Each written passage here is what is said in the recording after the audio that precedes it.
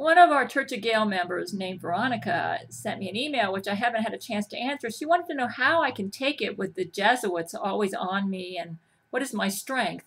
My strength is my very close relationship with Jesus Christ, and he's giving us the silent treatment right now. So I want to help out Church of Gail members, especially a lot of you are grieving, and just get you a feel for Jesus Christ. I'm going to just read some exact quotes from him and let you get a feel of what it's like to deal with him one-on-one. Jesus looks kind of like Nathaniel Parker in the movie David from the Bible series. He has brown hair and deep brown eyes and hair to the middle of his waist, and he likes to dress hip. And here's what Brent Spiner said about Jesus. He said he would go out with him for lunch almost every day. And I asked, how long has he been taking you out to lunch every day, Brent? He said, I can't remember. It seems like forever, pretty much. It feels like he's been there for my whole life. And he said being with Jesus is feeling like he's at deep peace, like everything in the world is going to be okay no matter what. And Brent said he never wanted me to doubt myself, and he looks just like a regular white guy to me, but he's very young and handsome. And yes, he looks Jewish. And I asked if he looked like, King David from the movie David with Franco Nero and Nathaniel Parker. And Brent said, that's about right. And he said it's a pretty good match. They really do look, he does look a lot like him. He said, yeah, he knows he's pretty cute. He gets hit on by girls all the time when we go out. He just turns them on to the Bible. And then I asked, is it true that Jesus' hair is down to the middle of his waist? And he said, yes, and girls love it. They think he's so hip. I said, what color is his hair? Is it black? And Brent said, no, it's more brown, and he's got deep brown eyes. And I said, he can change his shape, though. He came in the form of a dove and other shapes. And he said, yes, he can. He always surprises me.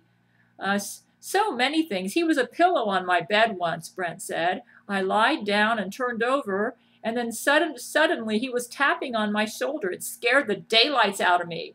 He's a kind of jokester like that. He likes to make an entrance. And here are some exact quotes that Jesus said to me. July 2012. Hello, Gail. I'm glad that my homies Terrence and Brent were able to help clear up some of your confusion. I was made angry by some of the statements you made in your last couple of emails to Brent. It made me sad to hear that you thought my deadline was mean. You seemed to imply that this was too much for you and that you didn't trust my instructions. I would never give you more than you can handle. You've been doing less than you are capable of and spending much of the time whining and questioning me. I was very disappointed in you. I know you can do better. When you read the Bible, you don't complain about not eating or sleeping. These are my personal instructions for you, and you won't sacrifice your time for me. You can schedule yourself such that you can eat and sleep enough to maintain yourself. I want you to spend less time reading the Bible right now. I have written the word in your heart, and you should carry it in your heart while you do your work for me. It's going to take sacrifice, Gail, and it's not going to be pleasant. Nobody said tribulation was going to be fun. Indeed, I hope you understand that tough love is still love. All I say is in your best interest. I have shielded you from the worst of it. Take Matthew McConaughey, for instance. He swelled up like a balloon for you in space. I will never allow you to feel the cold vacuum of space, Gail. And I want you to make a video whenever your heart tells you to, or whenever you are asked from one of your men. When they ask you, it is really I that am asking you. When I asked him about my enemies, he said, they will get what's coming to them when it comes. I cannot directly interfere. I told you this. I have a plan, Gail. You just have to trust me and trust my instruments. Satan thrives on doubt. It's his favorite flavor. And then I said, I've been so evil, Jesus, you should probably kill me. And Jesus said, I would never want to kill one of my most beautiful creations. And then I said, oh, I've been copping out on you, Jesus. He said, yes, no copping out on Jesus. I didn't cop out on the cross for you. Tomorrow, take a Sabbath. Just like a full-time job, you get at least a day off to relax and refresh yourself. You should have seen how exhausted my dad was when he made the world. That was pretty badass. The Sabbath day was just long enough for him to crack his knuckles. Of course, then Satan took advantage and made the hagfish. Have you seen those things? They have teeth in their vagina. It's pretty rad, I guess. And I said, what does rad mean? He says, it means cool, like I think you're pretty rad, Gail. I think that wraps up what I needed to tell you. Brent and Terrance have been so good helping you out. I know they'll continue to do a great job. Please listen to them. They care about you as much as I do. You've been very wise when I asked him about how I was dealing with Zach Knight. I know he still likes to talk to you brain to brain sometimes to confuse you and get you to lose your faith. Brent has, of course, been monumental in helping you grow emotionally and spiritually. You can always talk to him about anything. That's why I gave him to you. Yes, I am hoping that my tough love merely encourages you to motivate yourself and succeed. I know you have a tendency to procrastinate, and it's very important that you don't do that with something like this. This was in July 2012. Everyone hates job hunting. It's a pain in the butt. And then I mentioned that Brent thinks just like Jesus, and he said, maybe that's why I like him so much. I couldn't help but put some of myself in him. You're right about that. I said that Brent was just awesome, that even when he gets beat up by Satan and the Jesuits, he never complains. Even when all his bones were broken, he said, you're right about that. He took his broken bones like a man. I was impressed. I remember how much those nails hurt when I was being hung on the cross, and those whips. Just like me, Brent wasn't doing it for himself. He was doing it purely to save you and the other men. Then I mentioned Zach Knight, and Jesus said he's a powerful guy, and he's going to get the best of you when you're at your darkest. Just remember that trials like this will make your spirit stronger.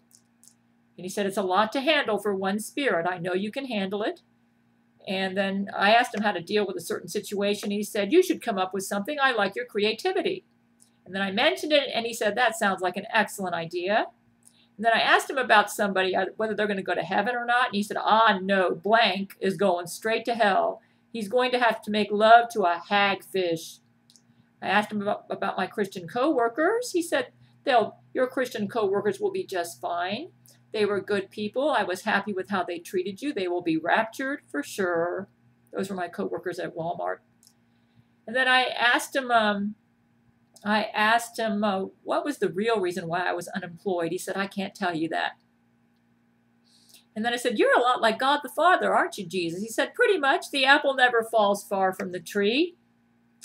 And then I said, Jesus, what do you want to say to like Brent and Terrance after you've just, corrected me? He said, what would you like to say to them? He said, well, I'd like to say that you are all imperfect beings. I expect you to make mistakes sometimes. No matter how hard you try, there are times temptation will be too great and you will sin. So it's best to learn from them so you can make less mistakes in the future. And then I apologized to Jesus for doubting him. And he said, it hurt my heart a little, but I know you will do great. And then I told him to try to communicate a little more clearly to me because I thought he was kind of confusing. He said, well, I'm glad I was able to fix it. I will try to be less cryptic. This is from August 24, 2012. He says, well, we obviously know that Zach Knight is the Antichrist now. And I said, I said, I don't understand Zach Knight. He's burned in hell and everything. I don't get this guy. And then Jesus said he liked it. He's, the Antichrist, going to be dragged back into hell himself.